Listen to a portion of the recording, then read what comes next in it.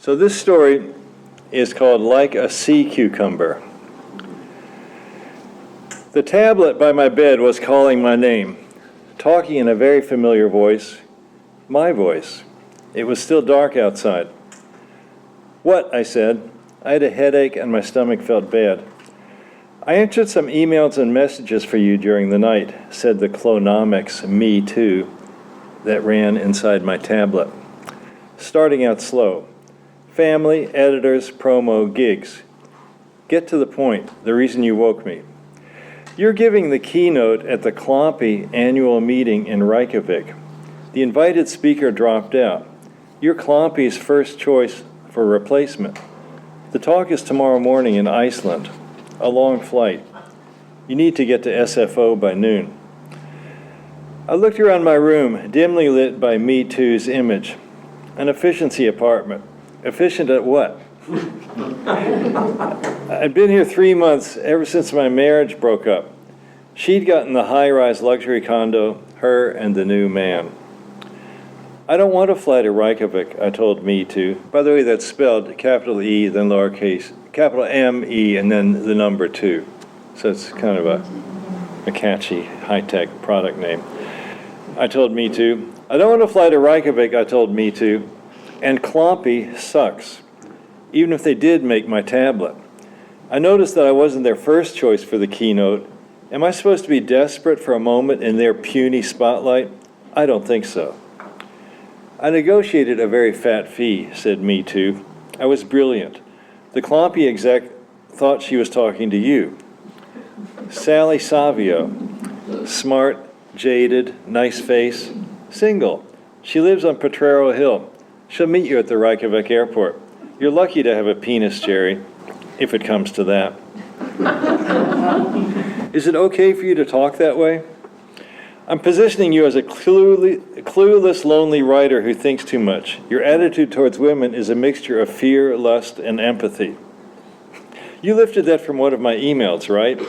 Parasite. You told Sally Savio I'd give the talk? I told Sally I'd reconfirm today, said Me Too. Me speaking as you. You need to do this, Jerry. Your bank balance is dead. Your last 2 books bombed. Your page views are in the toilet. Klompy will stream your keynote to 1 million eyeballs worldwide.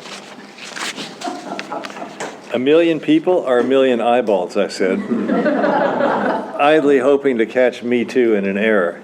Slightly more than 500,000 viewers, said Me Too tartly. I'll confirm with Sally now. I can walk you through the packing if you feel shaky. I assume you know you're drinking too much. I'm not going to Iceland. The tablet image of Me Too paused and cocked his head.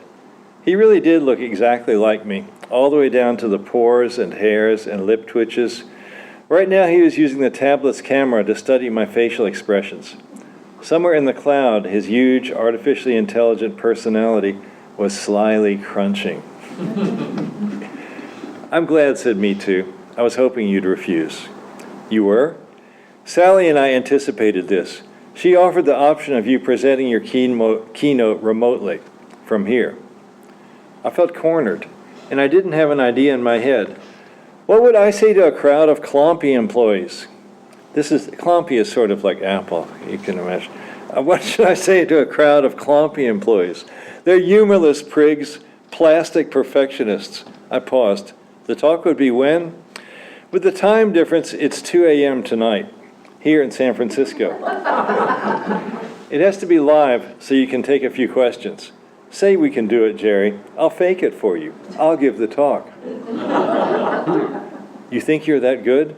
That's what Me Too is all about. Give me a chance to shine. You just want Clonomics to get their 15% of my speaker's fee. I did read the fine print of the end user agreement.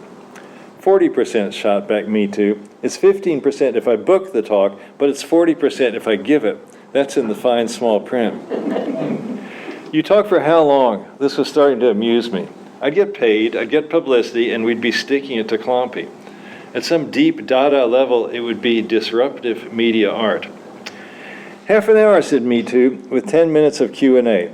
I can do it, Jerry. My designer at Clonomics, he's been wanting something like this, a decisive proof of concept. Not that we'll publicize the substitution, At least not yet. What if your talk makes me sound like an idiot? You'll troll through my books for relevant reps, right? Fold in one of my personal anecdotes, throw in a naughty word, and a local reference, and with an upbeat rush of inspiration. And that's different from what you'd do, said Me Too, a merry twinkle in his eye. Come on, Jerry. There's a reason why Clonomics picked you as their first user. You've been recycling your ideas for 10 years. So let me do it for you. No man's a hero to his valet, I intoned. What the fuck? Let's go for it. But again, I felt that impish desire to baffle Me Too. I need to assert myself. You have to mention sea cucumbers, I said. Why? I shrugged. Random tangent. Spontaneous bop prosody. That's how I work. There's no relevance, said Me Too after the briefest pause. No hits in your database. No hits on Clompy's site. Do it. Me Too's talk was a crowd pleaser. Logical, easy to follow, predictable until the end. At that point, he mentioned the fact that Jules Verne's classic novel, Journey to the Center of the Earth, was set in Iceland. And then came his closer. It's a truism that a networked user is like a neuron in a global brain. Let's kick that up a notch. Clompy technology can transform us into telepathic sea cucumbers at the core of a hollow Earth. Up on the big screen, Me Too raised his hands to the sides of his head, elaborately wriggled his fingers, and grinned. Cue big laughs and applause, some of it from the Clompy engineers and marketroids, some of it synthesized by Clonomics and blended into Me Too's audio feed. The clip went viral, and 2 more speaking gigs came in. Me Too did them both, remotely, of course. The line was that he, that is I, was cloistered in my monastic garret, crafting a best-selling self-improvement book. Me Too was indeed writing a book, but I was staying clear of it. A mix of my old stuff, no doubt, magically transmuted into a middle-brow piece of crap. I didn't care to be involved. I wasn't seeing Me Too all that much anymore. He was busy with our projects, unconcerned with my bitter, out-of-the-loop opinions, only checking in with me when I had to sign off on something. He looked sharper all the time, smoother motion algorithms, deeper skin fractals, heavier AI. Clonomics was throwing big resources into him, feeding the prize pig. For the first time in years, money was flowing into my bank account. But the whole thing was pissing me off. It rankled my ass that Me Too was succeeding where I'd failed. His trick? Being me, dumbed down. By now, there's a certain amount of online chatter to the effect that Me Too might be a fake. Clonomics decided to go for one final speaking gig, the nec plus ultra of puffery, the brass ring, the idiot grinning face of success, a TED Talk. I wouldn't have minded doing this one in person, but Me Too was doing the negotiating, and he wangled us permission to give this one as a video like the others. And of course, he'd be doing it, hogging the limelight. He was a little nervous about the talk, if an AI can be said to be nervous, and he appeared on my tablet asking for advice. Stick to the sea cucumber thing, I urged, hoping for the worst. Take it over the top, go out blazing. Me Too went for it. At the end of his TED Talk, he zoomed out to show his whole body, and as he delivered his signature line about being a telepathic sea cucumber, he dropped to the floor and writhed, twisting his flexible limbs like tentacles, extending his oddly long tongue, and making a sound like, whoa, whoa, whoa. Cut to black. Shocked silence. No applause. No more speaking gigs. But the interest in Me Too's forthcoming book was trending. The San Francisco winter rains began.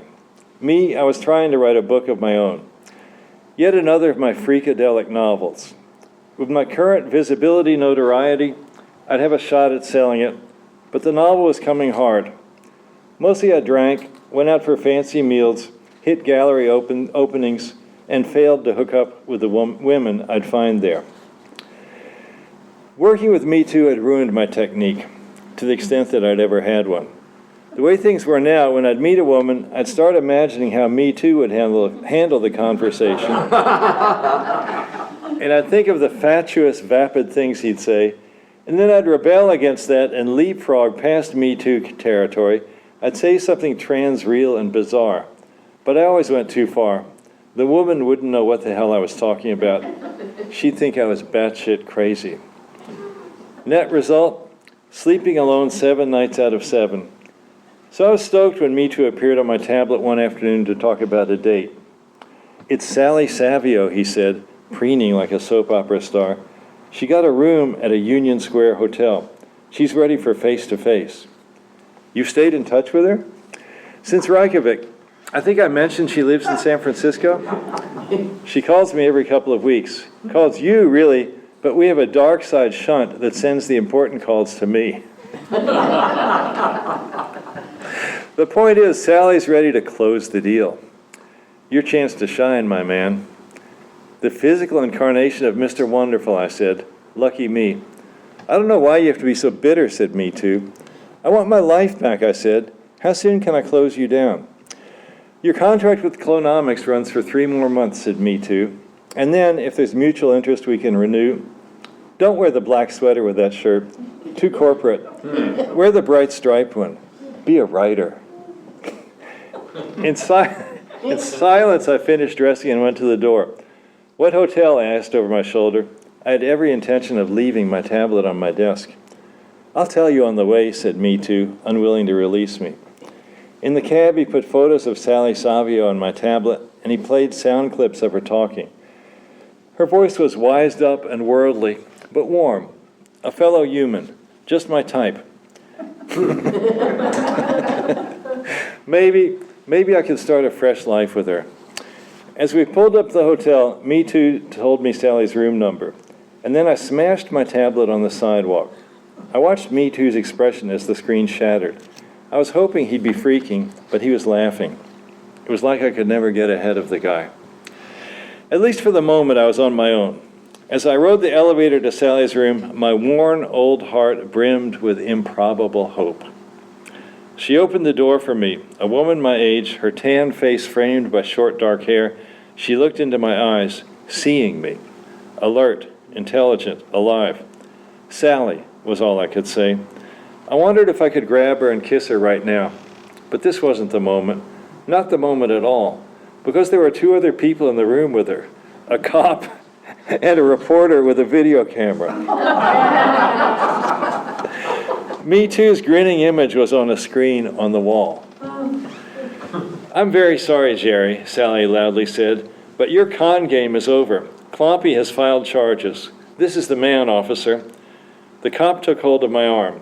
The video reporter taped me getting arrested for fraud. I was only in jail for an hour.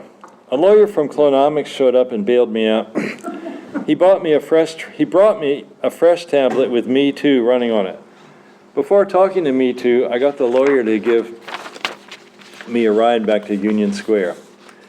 The rain had let up and it was nearly dark. I sat down on a bench with the tablet. "What's going on?" I asked Me Too. "Sally was in on this from the start. It was all a setup?" "Sally's sharp. She figured out I was a simulation, but she kept mum till now. Synergy. Today was the payoff." "A promo routine, right?" "Promo?" "For the app, for the tablet, and for my book. The book an app wrote. If I can get a TED Talk, it means I'm good. If I can sell a book, it means I'm even better. Clonomics sells more Me Too apps. Klompy sells more tablets. The publisher sells more books. Win, win, win.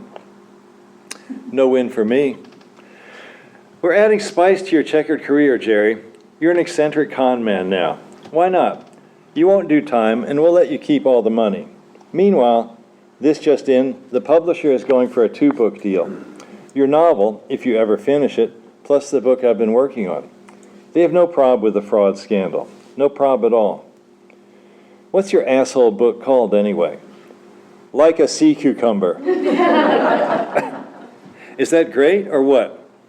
It's stupid, like you.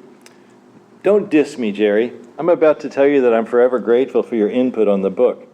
My input, those 2 words in the title? Plus your database, Jerry. That's what it's all about, no?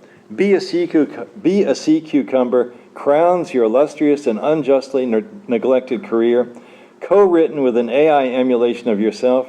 That's rad. We're putting you on the edge and killing me with kindness. Me Too gave a manic chuckle. He was monitoring dozens of hidden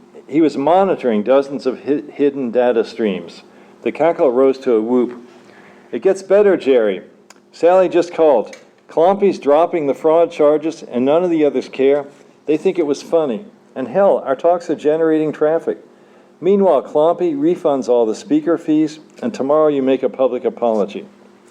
Tell Sally I want to see her tonight. Can do. So I had dinner with Sally Savio in a quiet, dark place near the hotel. She studied me with interest. I like you in person, she said after a bit. Smart and weird. Funny. I try. You're good too, like a wild salmon that's been cured in the smokehouse of Biz. You always say any old thing? I think I could love you. I like that in a man. Over the meal, Sally apologized about setting me up for the fraud arrest, and pretty soon we were laughing about it, and then we went up to her room and went full sea cucumber on each other. We're an item now. Sally likes me. She says I'm better company than an app. In your face, Me Too.